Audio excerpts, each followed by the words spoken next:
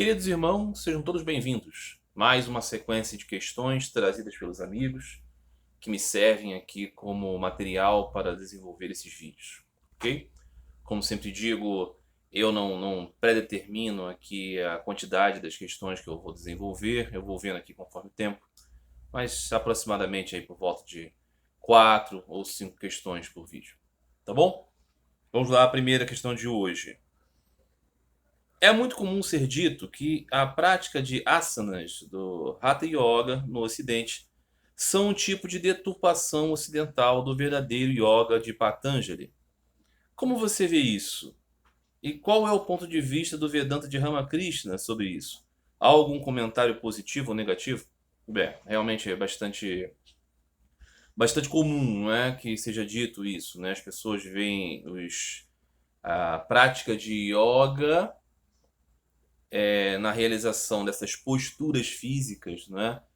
Muitas vezes em academias e tudo mais, relacionados a uma ideia de desenvolvimento corporal, não é? Muito pouco ou mesmo quase nada relacionado com qualquer questão vinculada ao sentido, né, espiritual da palavra yoga, né? Junção, união com o Supremo, com o Divino. Muitas vezes é simplesmente uma ginástica, algo para manter os corpos definidos, bonitos, né? Abdômenes definidos, corpos tonificados. E geralmente se diz isso, né? Que isso não é o yoga, são apenas, né, posturas físicas que deveriam servir para ajudar a pessoa a manter o seu corpo funcionando, para que justamente fosse uma ferramenta para realizar a união com Deus.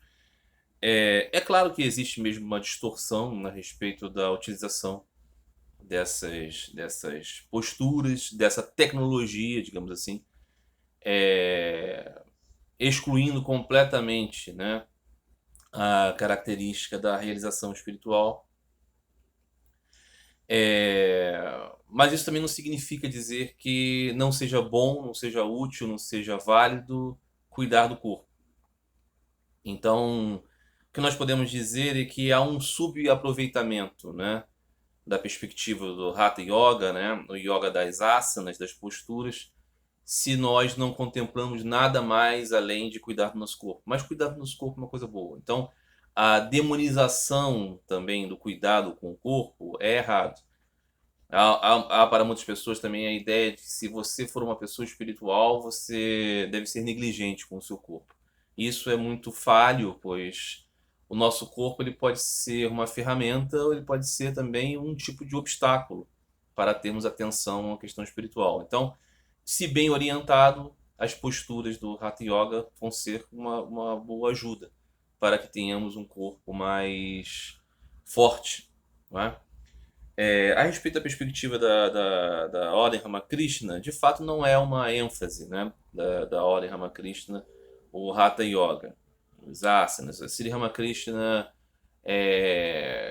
comentou, assim, en passant, dentre os seus muitos comentários, né, contidos no Evangelho de Sri Ramakrishna, há de fato uma consideração de Ramakrishna a respeito da preocupação com posturas físicas, e o seu ponto é que isso não era essencial. Fundamental mesmo era amor e discernimento. Mas está longe de ser uma proibição, não é? Mas é mais uma inclinação, considerando que isso realmente não deve ser a ênfase das pessoas. De fato, ninguém realizou Deus exclusivamente por pensar no seu corpo, muito pelo contrário. Mas as práticas que fazem com que o corpo fique mais forte, mais firme, mais disciplinado, elas ajudam a que o corpo, assim como uma mente disciplinada e limpa, sejam ferramentas para se alcançar aquilo que está além do corpo e da mente. Okay? Então não existe satanização do Hatha Yoga, mas essas coisas para um buscador espiritual devem ser colocadas no seu devido lugar. Não é? Segunda questão de hoje. Eu vi fotos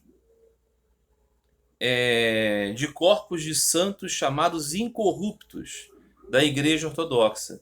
E eles me pareciam como aqueles corpos mumificados naturalmente de pessoas no Peru e em outras partes do mundo que tiveram as carnes conservadas em razão de aspectos naturais, ou seja, há ali uma corrupção dos corpos. Já os santos de corpos incorruptos da Igreja Católica são mesmo como se a pessoa estivesse dormindo. Isso não é um tipo de prova de que a graça do Espírito Santo está em Roma?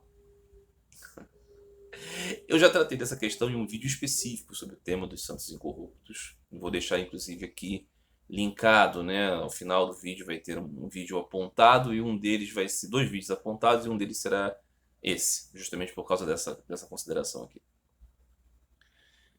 As duas igrejas, a Igreja Ortodoxa Calcedoniana e a Igreja Ortodoxa Católica Romana, têm essa questão, né, de uma manifestação da graça de Deus na igreja através deste fenômeno que seria a manutenção dos corpos de certos santos, não de todos, em um estado de incorruptibilidade, ou seja, eles teriam morrido e guardariam ali aspectos de não putrefação, de não deteriorização, e permaneceriam assim como um sinal da graça de Deus, presente naqueles vasos do Espírito Santo que são os santos.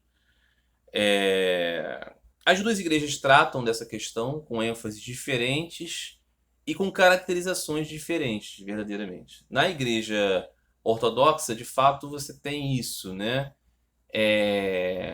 Santos que mantêm a carne no corpo, só que é uma carne já também transformada, evidentemente. Não é o mesmo aspecto. É um aspecto, de fato, parecido com essas múmias naturais, né, do Peru, por exemplo, que as pessoas já viram, e de outros lugares, que são conservadas pelas condições do clima. E na Igreja Ortodoxa, esses santos, acontecem isso com eles justamente pelas mesmas características. Pelas características do clima, características ambientais. Não é? Então você tem, por exemplo, na Ucrânia, ainda temos, né? Não sabemos até que ponto vai resistir, né? Os santos incorruptos das lavras de Kiev. Né? Não sei se a Rússia vai destruir as lavras de Kiev, não sabemos. Mas até o momento que eu gravo esse vídeo existe isso, chamado as lavras de Kiev. E lá você tem, né, o costume, inclusive, de tempos em tempos, né? Esses santos ditos incorruptos, eles são retirados de suas, né, sepulturas e são revestidos, são lavados e tudo mais, e percebe-se assim, naquela pele, uma coloração tipo de cera de abelha, e eles estão ali com a manutenção dessa cobertura de carne sobre os seus ossos, mas já muito encanecidos, né, muito magrinhos, assim, como mumificações naturais mesmo. E isso para a Igreja Ortodoxa é um sinal da graça, fazendo permanecer aquele estado de incorruptibilidade relativo. É claro que sim, houve uma transformação daquele corpo ali. Mas não houve a completa consumação daquela carne, não estão apenas os ossos. Para a Igreja Ortodoxa, isso é um sinal miraculoso. Para outras pessoas, isso é apenas uma manifestação de um estado físico. Às vezes, lugares muito frios, né, conservam certas características, né, dos corpos ali. E é apenas isso. É mais razoável para mim, Marcelo, compreender essa segunda hipótese, porque também, evidentemente, percebe-se que nem todos os santos têm tal caracterização, porque alguns santos, pessoas consideradas santas que morreram, tinham seus corpos em outras condições e os corpos seguiram o caminho natural, e outras tiveram condições extraordinárias em que certas características de conservação se mantiveram nos seus cadáveres. Mas é apenas isso. Mas isso é um ponto de vista de quem não tem esta fé da Igreja Ortodoxa. A Igreja Ortodoxa considera que isso é um sinal de incorruptibilidade. Mas aí esse amigo diz, não parecem com os santos incorruptos da Igreja Católica, que esses sim parecem realmente pessoas intactas que estão dormindo. Isso não seria uma prova de que a graça do Espírito Santo está em Roma, ou seja, na Igreja Católica Romana e não na Igreja Ortodoxa? Bom, eu já falei sobre isso no outro vídeo, mas vou aqui, né, assim, sintetizar. Os santos católicos ditos incorruptos, eles são cuidados esteticamente através de um preparo que faz com que ali nós tenhamos, né, um processo de mumificação artificial. É por isso que eles parecem assim tão bonitos, tão incorruptos. É porque eles são cuidados esteticamente, maquiados para parecer assim, não é? Não é que eles sejam assim naturalmente. Naturalmente eles vão ficar parecidos mesmo com os santos incorruptos da Igreja Ortodoxa, mumiazinhas naturais ali, assim, né, como se fosse uma uva passa. É assim que fica, no máximo. Quando fica assim muito bonito, muito perfeito, é porque alguém retocou ali, fez uma máscara de cera e aí dá a impressão. Por quê? Porque aquilo é também aberto à visitação e as sensibilidades ocidentais são mais, né, digamos assim, milindradas com a questão do aspecto cadavérico do que talvez as mentalidades orientais, mas é disso que se trata. Não é porque um sinal do Espírito Santo está em Roma, não, é porque houve um cuidado estético ali diferente. É apenas isso. É só isso que temos. Mais uma questão. Você conhece a tais pedras guias da Geórgia, um monumento misterioso que foi erigido nesse estado dos Estados Unidos, né, nos anos 70? As pessoas que conheço me mostraram o que estava escrito e viram nessas coisas escritas satanismo, anticristo. Mas eu mesmo gostei bastante. O que você pensa sobre esses apontamentos das pedras? Eles são negativos? Por qual razão? Não está ali um ideal de humanismo e preservação da Terra? Sim, conheço esse tema das pedras guias da Geórgia, né? Faz parte assim, do arcabouço das teorias de conspiração e coisas misteriosas, peronomútil, né, do mundo contemporâneo. Foi um monumento, né, feito em mármore ou sei lá, um outro tipo de pedra,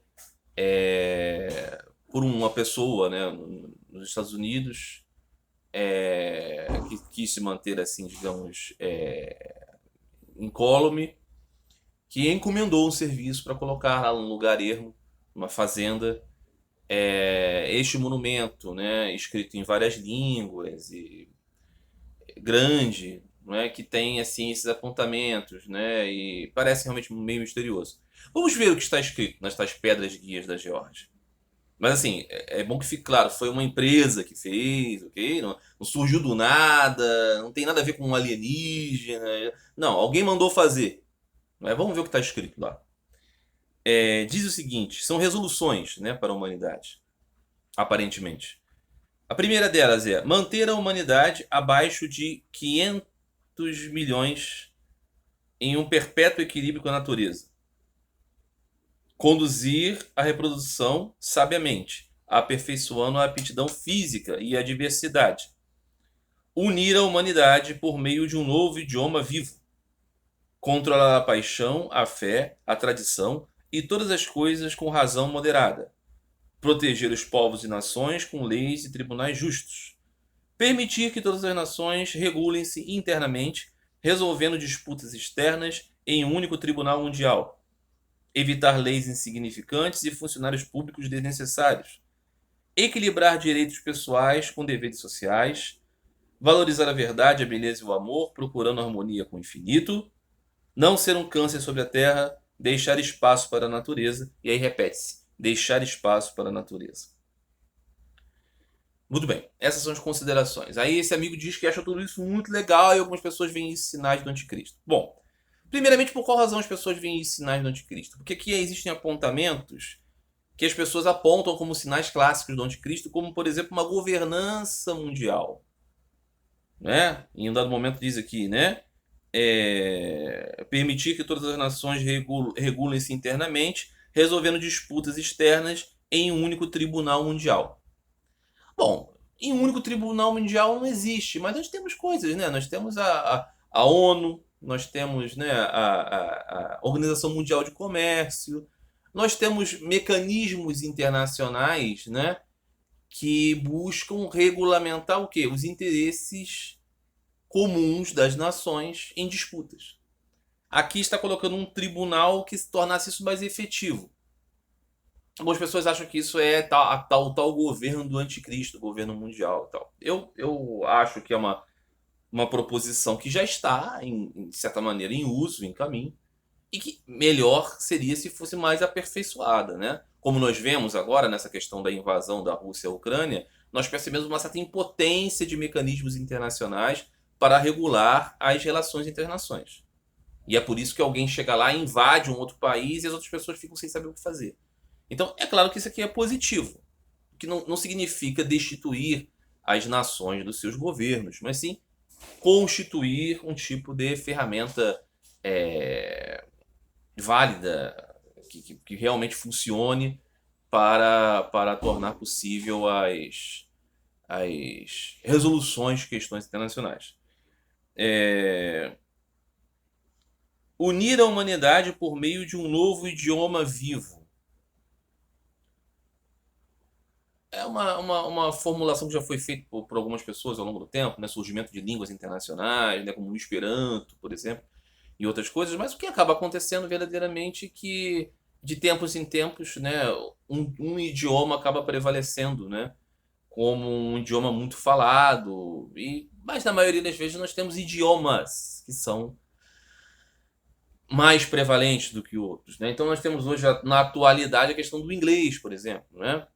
Em virtude do período de apogeu do Império Britânico e depois a liderança americana e tudo mais. Mas nós temos outros idiomas também muito falados. Nós temos o árabe muito falado, nós temos o espanhol muito falado, nós temos o mandarim muito falado, nós temos o russo muito falado. Enfim, é uma ideia que faz algum sentido, mas é de difícil implementação, não é?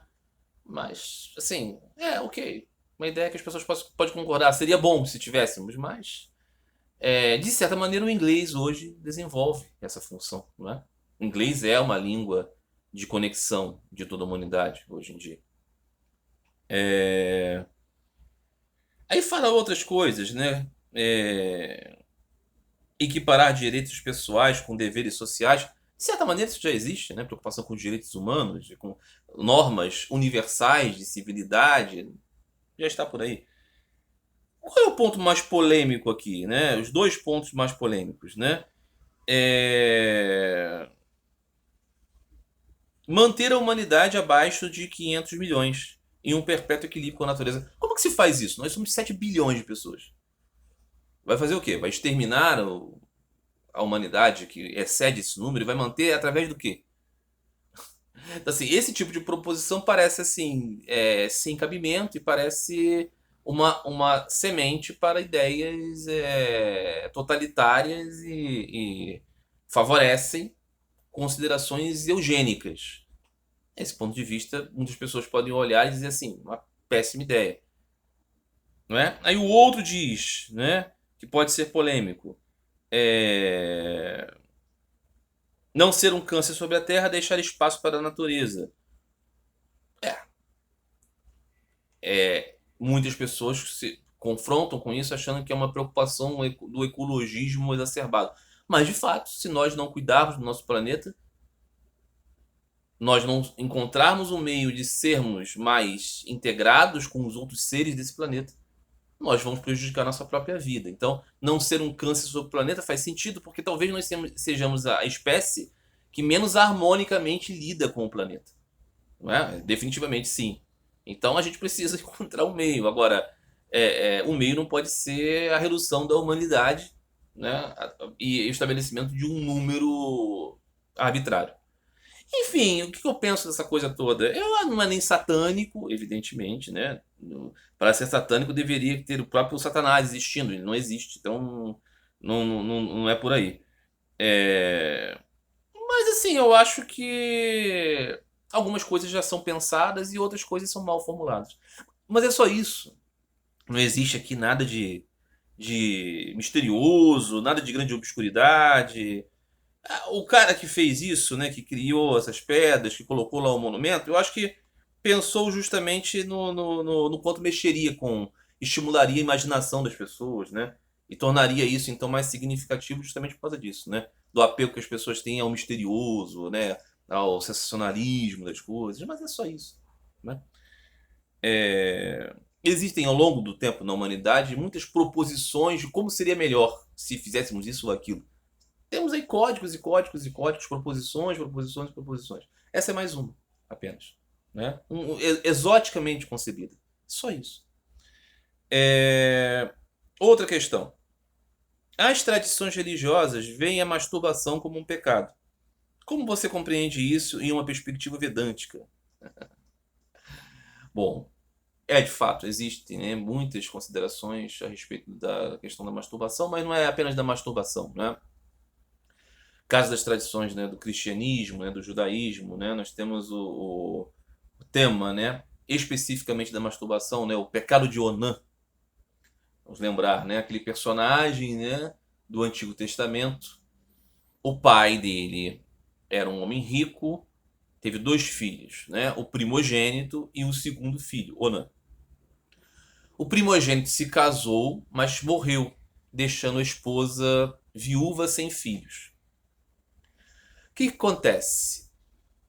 Já que ele não teve filhos, a sua linhagem pessoal acabaria por se perder. E aí o pai, querendo favorecer a esse filho primogênito, fez o seguinte acordo com o seu segundo filho, Onã. Você casa com a sua cunhada, e se você a engravidar, o primogênito será descendente do seu irmão, e não seu descendente. Se você não tiver filhos com ela, ok, a herança, a linhagem da família vai ficar com você e com seus filhos, com a sua descendência. Mas se você tiver filhos com ela, a herança irá para a descendência do seu irmão. Né? O que o Onan fez? O Onan teve relações com essa mulher, mas ele ejaculava fora do corpo, né? Para justamente dizer que estava tentando, mas que não dava certo. Ele tinha uma outra esposa, ele tem um filho com ela, ia deixar a sua descendência receber a herança do pai e não ia deixar a descendência com a herança da família do filho. Foi uma falcatrua que ele fez. Então Deus olhou aquele desperdício do esperma como um pecado. O pecado do onanismo é isso. O que nós temos aqui? Nós temos aqui o problema da ejaculação fora, né? Assim, o coito interrompido, ou nós temos o problema da desonestidade de um homem que queria privar a linhagem do seu irmão. É uma questão para análise aqui. Eu acredito que, muito evidentemente, o X da questão aqui é a desonestidade. É apenas a ferramenta, a operação aqui, que é essa questão da ejaculação, do desperdício e tudo mais. Esse é um ponto, né? Mas nós temos que compreender que, para os judeus, a semente da vida estava no sêmen. Considerava-se assim que a mulher era uma espécie de vaso, o óvulo, né? Mas a vida mesmo estava no sêmen. Então, desperdício de esperma era desperdício de vida.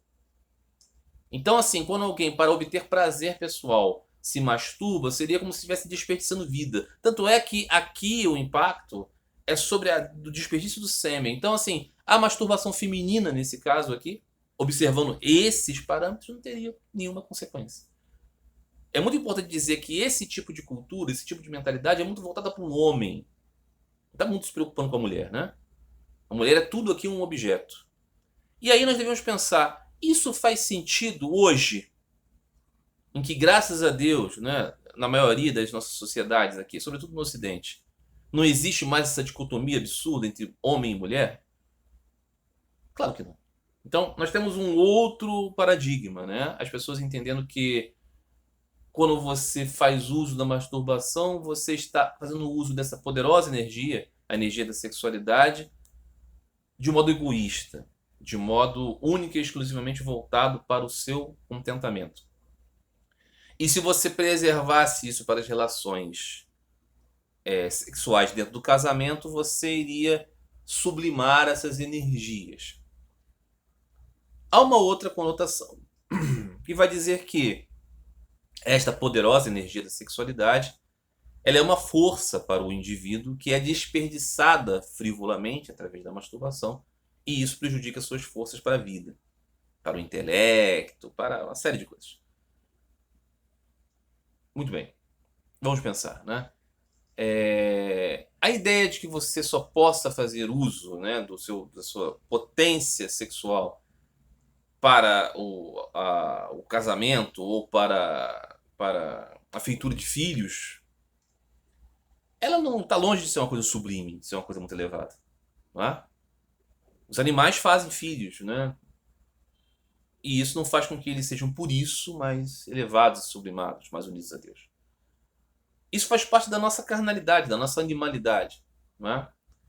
Nesse sentido, não é? A busca pelo prazer, ela é até um pouco mais humana, né? Ela é até um pouco mais elevada, até um pouco mais subjetiva do que a pura e simples tentativa de continuar a espécie. Mas é claro que se nós nos entregamos, né, fundamentalmente ao desejo de ter prazer, nós nos prendemos mais à nossa carne. Então, o ponto de vista da consideração sobre a masturbação é sobre o exacerbar da busca pelo prazer. Mas isso seria também em relação ao sexo com uma outra pessoa. Não é?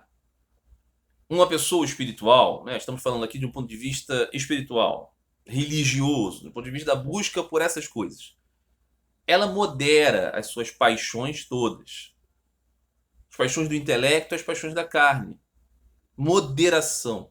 Não é a aniquilação, é a condução dessas energias para algo mais elevado, mais sublime. Então, perspectiva vedântica, por exemplo, vai falar do quê? Vai falar da ideia de não nos prendermos ao nosso corpo e à nossa mente como nossas identidades, mas sabermos que nós não somos isso. Nós utilizamos isso. Então, a questão é essa, não é?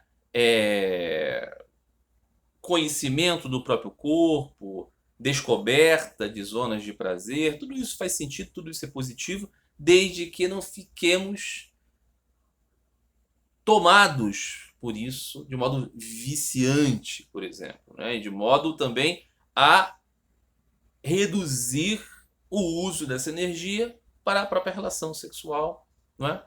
A questão do enfraquecimento tem certa verdade, né? Quando temos relações sexuais, quando chegamos ao orgasmo, temos uma descarga de energia, temos de fato um momento de extenuamento. Então, tudo é o equilíbrio em relação a essas coisas, né?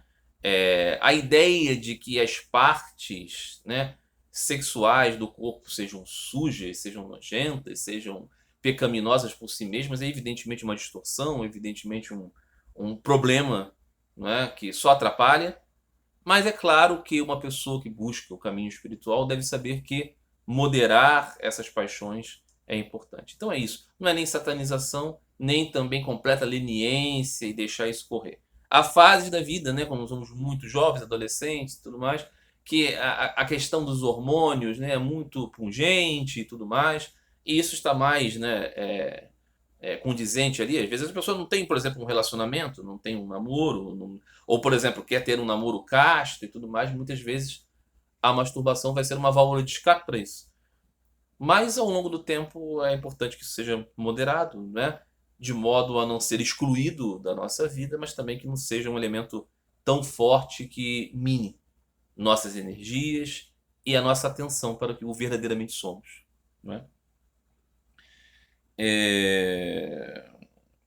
Outra questão.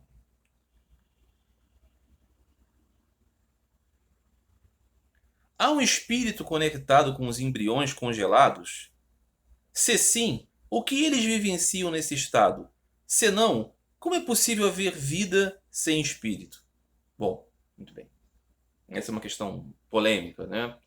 Muitas pessoas são contra, por exemplo, os métodos de inseminação artificial, porque dizem isso, né? Vão existir aqueles embriões que vão ficar lá congelados durante muito tempo, décadas. E o que são essas pessoas, né? E depois são descartados, são mortos. Isso é um tipo de aborto e tudo mais, né? E existe essa questão. Se não existe ali vida, como nós podemos dizer então que existe vida no embrião na barriga de uma mãe? E como nós podemos dizer que existe vida de modo geral, vida espiritual, ok? Em qualquer um dos corpos, se na verdade aqueles embriões são o estado primordial daquilo que nós somos como indivíduos, né, adultos. Muito bem. Essa questão, evidentemente, tem um grau profundo, né, de subjetividade. Nós falamos dessas coisas, né, do ponto de vista muito teórico. Nós não podemos medir essas coisas do ponto de vista da ciência material, porque se trata, né, de uma outra proposição. Mas considerando essa ideia, né, de que os nossos corpos, né, e as nossas mentes são iluminadas por um ser espiritual, e é aquilo que somos, nós podemos então fazer esse tipo de consideração. E esses embriões congelados? questão aqui é o seguinte, né? O embrião congelado, ele não é um elemento natural. Muitas pessoas consideram, então, que vida mesmo vai acontecer quando esse embrião está dentro do útero. Antes disso, o que nós temos ali são elementos materiais ainda destituídos de energia espiritual de vida. Assim como o nosso corpo, né? Em uma perspectiva yógica, vedântica, ele mesmo, em si mesmo, não tem vida, né? O prana, o energiza e vivifica, não é? E o corpo mental o conduz a uma percepção do eu. Mas o corpo em si, a carne em si, esse corpo de comida não tem vida. Nós poderíamos dizer o mesmo, então, desses embriões. Que eles não teriam vida ainda. Que eles teriam um potencial vaso para a vida. Por quê? Porque eles ainda não estão inseridos justamente nesta mecânica onde a vida acontece. O embrião e daí por diante, depois do nascimento. Nós podemos afirmar isso de um ponto de vista categórico? Não, nós podemos especular que isso é uma ideia possível. Não é? Aí a pergunta é, se nesses embriões existe vida, existe espírito, existe o Atman ali refletindo, que tipo de vida é essa? Bom, nós podemos pensar o mesmo sobre o embrião na barriga da mãe. Que tipo de vida é essa? Se nós estamos considerando vida apenas e tão somente aquilo que o nosso cérebro processa, nós vamos ter que concluir que a vida vai começar depois de algum tempo, quando já existir aquele cérebro. Né? Nós vamos considerar seres muito primitivos como destituídos de vida. Não é essa a característica. A manifestação do Atman se dá em muitos seres. Nessas plantinhas também existe o Atman brilhando. Mas a manifestação é diferente de um passarinho. Ou de um ser humano falando. Não é? Vivendo. Então, o ponto em questão é não limitar o Atman aos objetos de reflexão do Atman. É isso que temos. Então, quando se extingue em corpo, não, foi descartado aquele embrião. O que aconteceu com o Atman? Nada. O Atman nunca esteve preso àquele corpo. O Atman estava refletindo sua luz naquele corpo, que por razões diversas não tem os mecanismos de maior reflexibilidade, digamos assim, do Atman. Mas o Atman está lá e o corpo está aqui. Então, essa questão, numa perspectiva vedântica, não tem o mesmo peso, por exemplo, das interpretações do cristianismo. Não é? Outra questão. Aí ele diz aqui, senão, como é possível haver vida sem espírito? Então, na perspectiva vedântica, nós temos essa separação. Nós temos um corpo sem vida que é energizado. É como a lâmpada, que sozinha mesmo não tem luz. Mas quando ela está ligada a um fio de eletricidade, não é? A energia a ilumina. Então, o corpo é essa lâmpada. No caso, esse embriãozinho aqui é essa lâmpada. Em si mesmo não tem vida. Passa a ter vida de acordo com a conexão com essa energia, com essa eletricidade. Que é física, mas é um aspecto físico mais sutil do que o corpo da lâmpada. Todos podem compreender isso, não é? Muito bem. Última questão de hoje.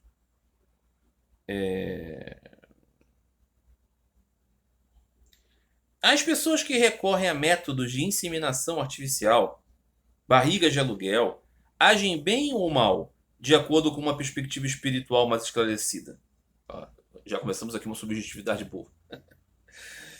Não seria melhor a adoção de crianças órfãs que tanto precisam de uma família? Bom, vamos lá então. Interessante. Última questão de hoje. É melhor. A pergunta dele, mas é uma perspectiva espiritual mais esclarecida. Eu posso falar da minha perspectiva espiritual, o que eu acho que é mais luminoso. Esse é um canal, né, de proposições pessoais minhas. Outras pessoas vão ter outros vislumbres, ok? Mas como eu vejo a questão? É melhor alguém adotar uma criança do que buscar esses métodos de inseminação artificial, barriga de aluguel e tudo mais?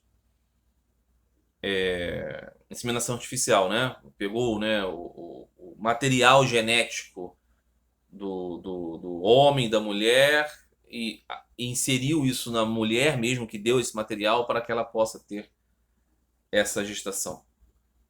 Esse trabalho todo, isso é muito caro, isso é muito complicado. Não seria melhor, então, adotar uma criança que já existe?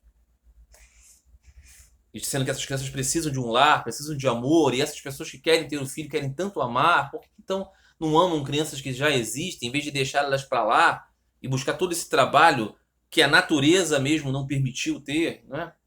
Essa é uma argumentação.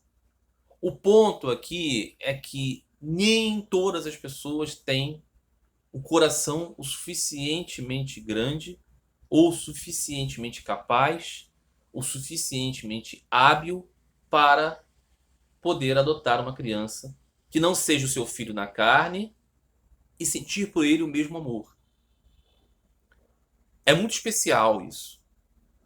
Algumas pessoas querem muito ter a experiência da maternidade, da paternidade, mas não conseguiriam ter essa experiência se não for justamente com o seu filho da carne.